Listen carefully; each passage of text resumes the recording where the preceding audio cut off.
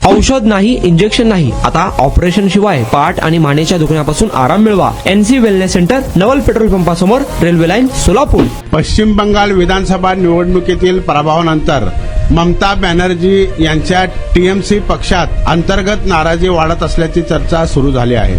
बुधवारी पक्षाने आयोजित केलेल्या आंदोलनाकडे तब्बल 45 आमदारांनी पाठ फिरवल्याने राजकीय वर्तुळात संभाव्य फुटीच्या चर्चांना उधाण आले आहे. मिळालेल्या माहितीनुसार निवडणुकीनंतर झालेल्या हिंसाचार आणि फेरीवाल्यावरील कारवाईच्या निषेधार्थ TMCने विधानसभा परिसरातील डॉक्टर बाबासाहेब आंबेडकर यांच्या पुतळ्याजवळ धरणे आंदोलन आयोजित केले होते. या आंदोलनात शोभदेव चट्टोपाध्याय, नैना बॅनर्जी, कुणाल घोष आणि रुद्रब्रत बॅनर्जी यांच्यासह 80 पैकी केवळ 35 आमदार सहभागी झाले.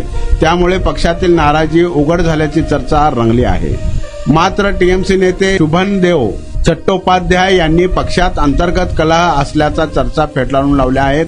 त्यांनी वृत्तसंस्थेशी बोलताना सांगितले की अनेक आमदार हिंसाचारग्रस्त भागांमध्ये कार्यकर्त्यांसोबत व्यस्त होते. तसेच आंदोलनाची घोषणा केवळ एका दिवसाच्या नोटिशीवर करण्यात आली होती.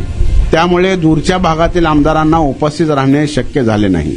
पाय दुखत होता, पायाचा त्रास होत होता आणि अगोदर आम्ही पाय दुखतोय म्हणून पायावर खूप इलाज केला.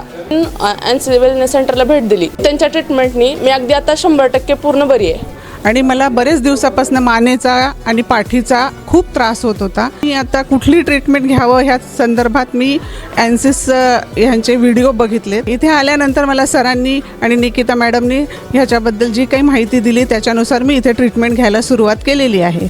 त्या ट्रीटमेंटने मला 5 दिवसातच इतका फरक जाणवलेला आहे. माझ्या मुंग्या पूर्णपणे कमी झालेल्या आहेत.